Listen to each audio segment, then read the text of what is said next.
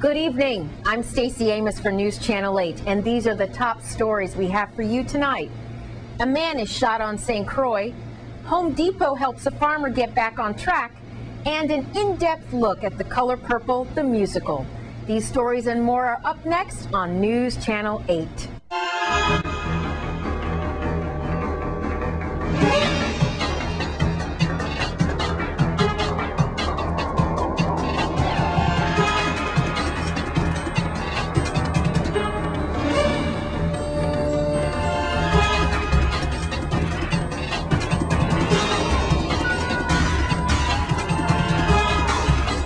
In our top story tonight, a young man continues to fight for his life after he was shot earlier this morning in the Barren Spot area of St. Croix. We now go across the newsroom to News Channel 8's West Mall. Thank you very much, Stacy.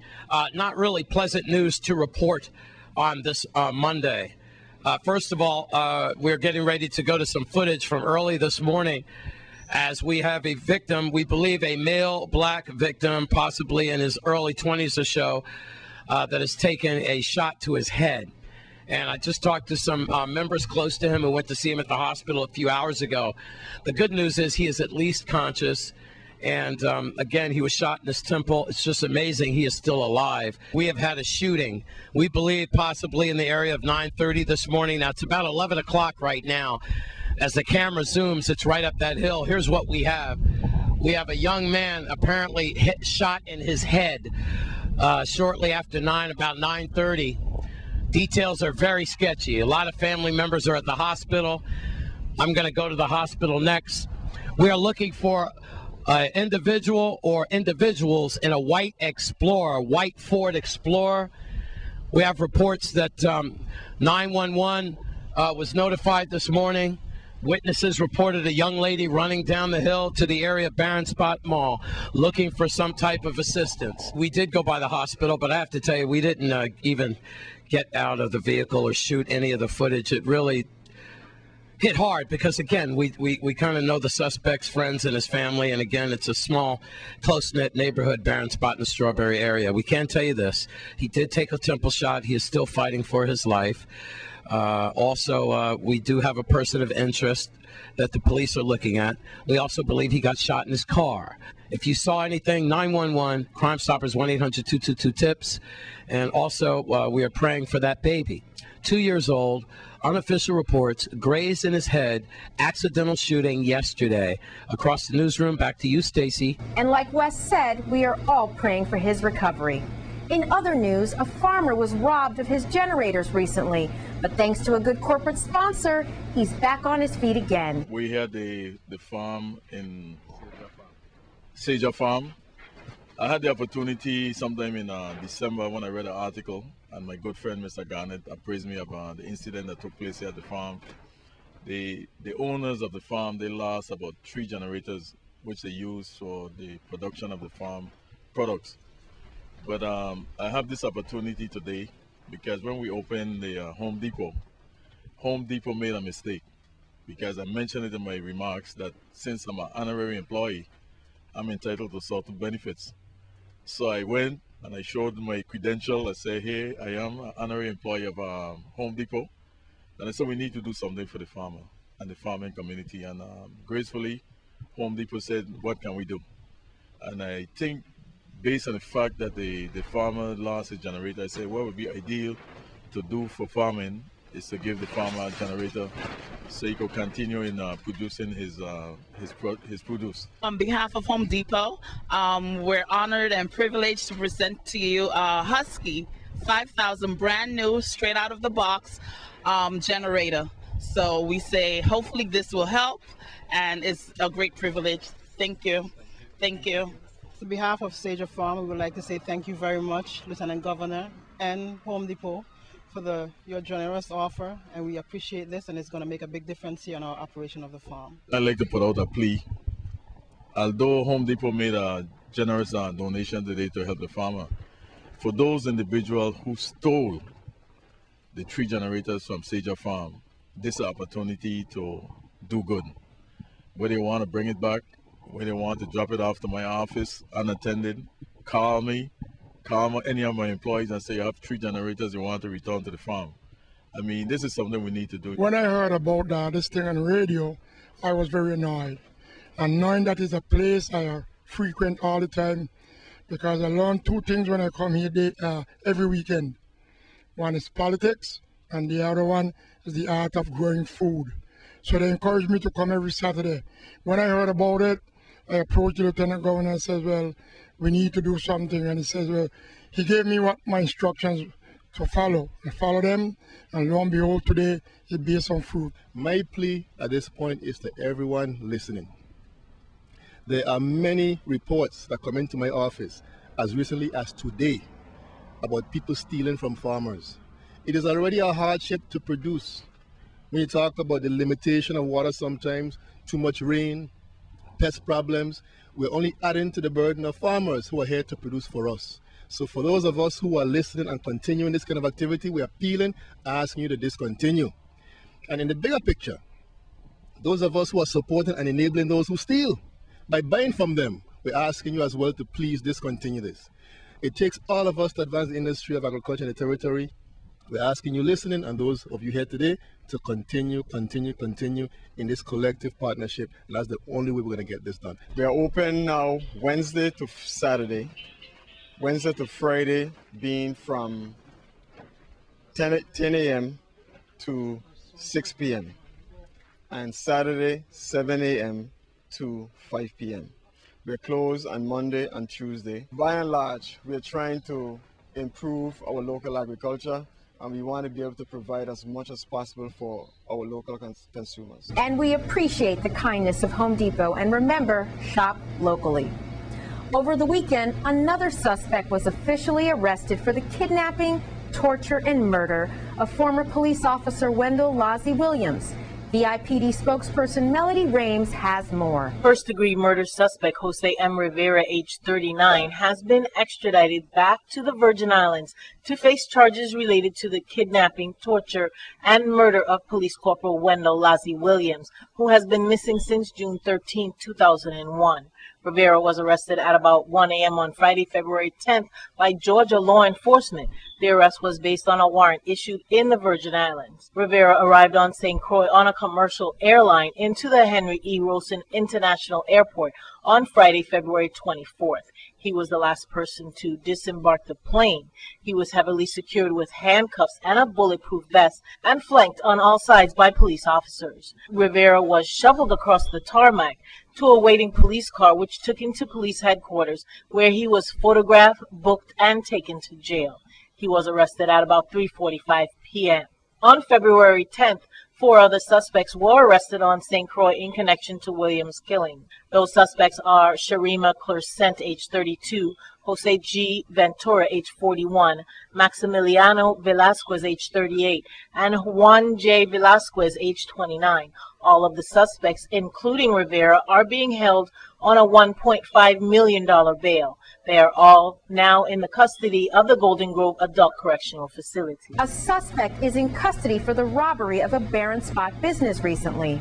Here's Melody Rames again with the details. Police have arrested David Montague, age 24, and charged him with first-degree robbery after police said he was identified as the person who robbed Paris Teas and Novelties at gunpoint. Witnesses said the estate strawberry business was robbed by 2 men who took cash and fled the area on foot. Montague was arrested just minutes before noon on Friday, February 24th, and held on a $75,000 bail, which he was unable to post. He was then taken to the Golden Grove Adult Correctional Facility, pending further court action. Police said 2 suspects walked into the store on Wednesday, February 24th, at about 2 p.m. One suspect pointed a gun at an employee and demanded cash, which she gave him. No one was injured. The suspects fled the store on foot, and witnesses said the pair ran in the direction of the Barron Spot Mall. Police said this case remains active and they are seeking a second suspect. Anyone with any information on this case is asked to call detectives at 712-6077, 712-6037, or you can call Crime Stoppers USVI at 1-800-222-TIPS. We'll be right back with some highlights from the Dominican Republic Parade.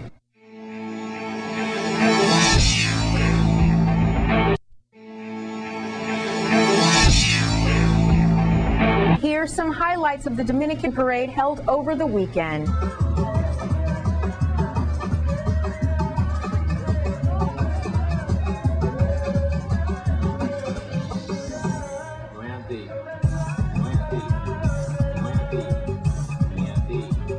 And we got Police Chief Chris Howell here with me kicking it off.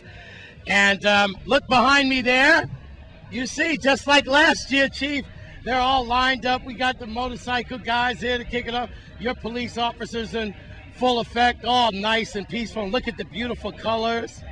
So it looks like everything's going to be good today. Yeah, we usually don't have any problem with this, although the first year we were really caught with our pants down because we weren't expecting the turnout that we had. Yeah. And so every year, I think the first year we got about 3,000 people at it, and every year it grows a little bit more. I didn't even know there was 3,000 Dominicans in the Virgin Islands, but maybe they're important for this parade. I don't know, but we've got officers out here from a little bit of everywhere right now to make sure that we got full coverage at it. But like I said, we haven't had any problems in the past. We're not expecting any this year. We just want to make sure that we're well covered.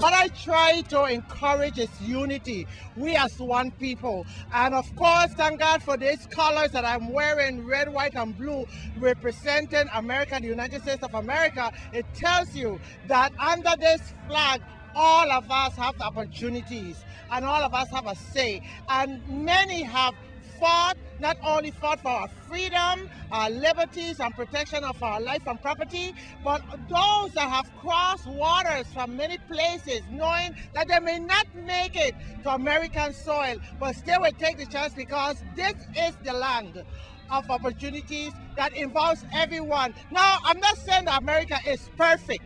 No, she is not, but she is the best.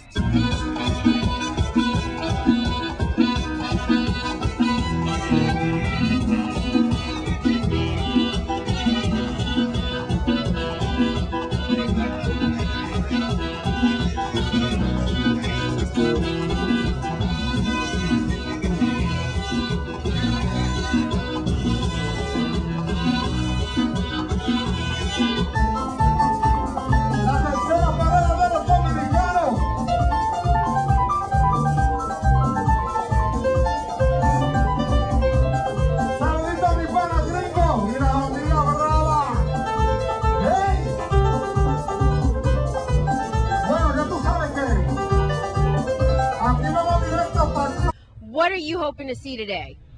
Well, I was in the parade last year with Eeyore, and it was the best parade I've ever been in 20 years. So the lady at Sing's restaurant, she called me up again and said, Stephen, you have to be here this year. And I said, I'd love to be here this year, so that's why I'm here. And we're glad Eeyore's on his best behavior because I'm very close, thank God. And Stephen has assured me he's a vegetarian, so he won't find me appealing.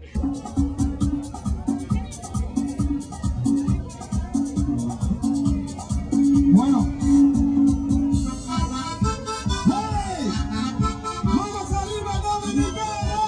It's great. This is the third parade. This is the third time that I'm in it. I try to support all of my Virgin Islands communities. I've been a member for many years of the Dominican American Roundtable, participated with them in Puerto Rico last year. And I think it's important for public officials to come out and support the community. Tell us what it means for you to be a part of this event. It is great to me because this is my culture and my father is from Santo Domingo, Dominican Republic, and I enjoy being part of this culture.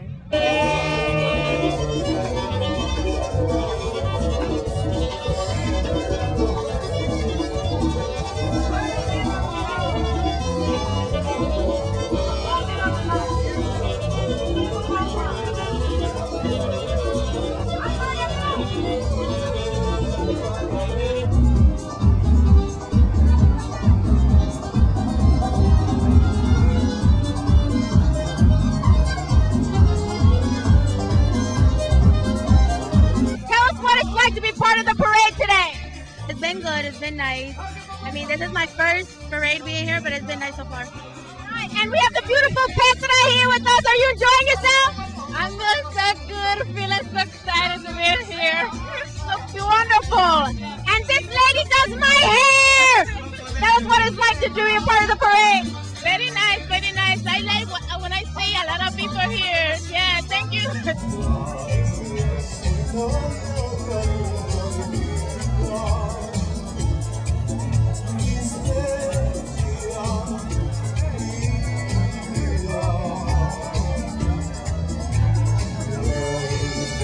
They are really having a good time.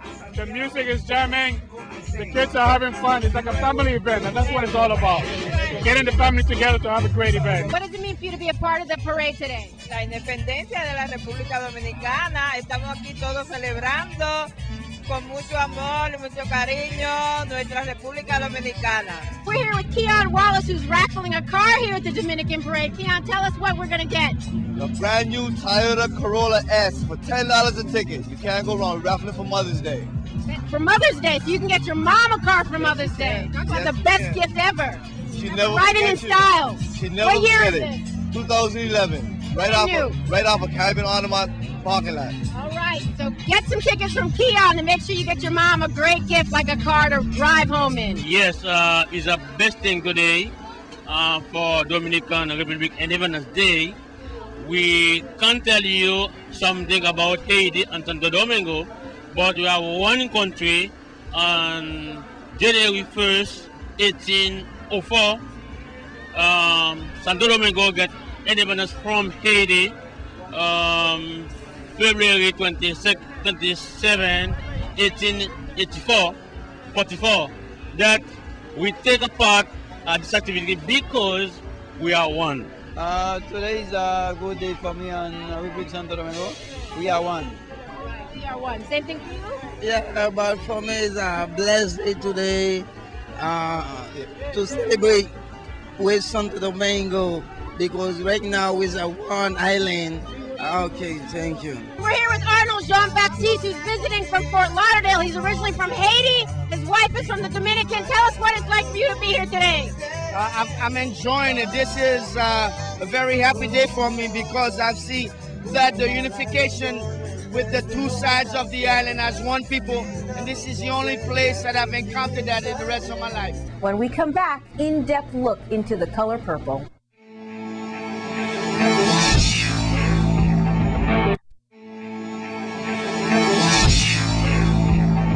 Tonight, we start a 5-part series on The Color Purple, the musical, as we wrap up Black History Month.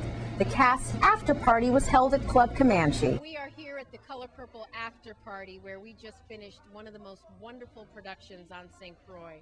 And our very own Wes the Best played Old Mister, and Lionel actually played his son Mister. So I'm actually flanked between father and son characters. First thing we're going to do is start with Lionel and ask you, what did this play mean for you? Well, it was just an amazing experience. Starting from the auditions, having the influx of new talent coming in and to be a part of the production, Wes being involved. About 95% of the cast all knew this is their first experience with the Caribbean Community Theater, their first time doing anything on stage. And so right from Jump Street, if you will. So, just a great feeling. So, and then, the payoff for me, I mean, it's just the performances and seeing the reaction from the audience to what we're doing on stage and feeding off, each other's energies. So, so it's just been an amazing experience. And the apple doesn't fall too far from the tree because even in your character, you have to learn it from somewhere. And our very own Wes the Best plays Old Mister, and he plays such a fine part. And I have to ask you the same question. In terms of getting into character, your character as well is quite grueling and quite misogynistic. What did that mean for you? On 2 levels. Number one, with Lionel, we know each other personally, and we dealt not only like in business and stuff, with me being in the media and him being in the insurance and businesses over. I know him as like a friend, so it was very hard for me to be against him. But then something happened. I started to dislike Lionel. Not only off stage, but also, off stage too. It's just that I started I was trying to get into character, so I'm trying to think of something I don't like about him. And as we went along, I just couldn't find many things because he was great with the kids. The green room, If you've never experienced a small green room with a cast of like 40-something people, you must do it. But he was so wonderful with the kids. It was nothing for me to pinpoint my negative, but I did find something. It was the gum. The way Lionel chews gum. I focused on the spearmint, whatever he was chewing, because he was chewing it in a way that I hated him. So when I got on stage, and last night, I really let you have it. You probably wished I had some of that gum. I was so close. I was like, Glad you didn't beat me with the cane. dude, man, so, I wanted you to know I did not appreciate the way you've abused gum all these years. I am here with Irving Julian at Club Comanche, where we're having a cast party celebration. In my opinion, probably the best play musical that's come down the pike. I owe it all to this man, Harpo. Is there any other thing I could do for you? We have fun. I'm going to try to get as many of the cast members as possible. We simply can't get all, because this has just been an action-packed weekend. But Irving Julian, I want to start with you. You played Harpo. Yes. What has this play done for you? This play has really changed my life. Met wonderful people, learned a lot. It was a life-changing experience. I mean, as you know, we've been working together since December on the production, and it's amazing. And it's kind of bittersweet that, you know, we wrapped up last evening, which was a sold-out show. But hopefully we can bring it back, and hopefully you'll still be old Mister in the play, and we can probably take this production someplace else. Take it to Antigua. Take it to St. Lucia, Take it to Bermuda, somewhere. Brother, it's been a pleasure. Thank you, Wes. I appreciate everything. And thank you for helping me putting on my makeup when Andre wasn't there, and you putting it on like Muhammad Ali, like, yeah. That's not how Andre does it.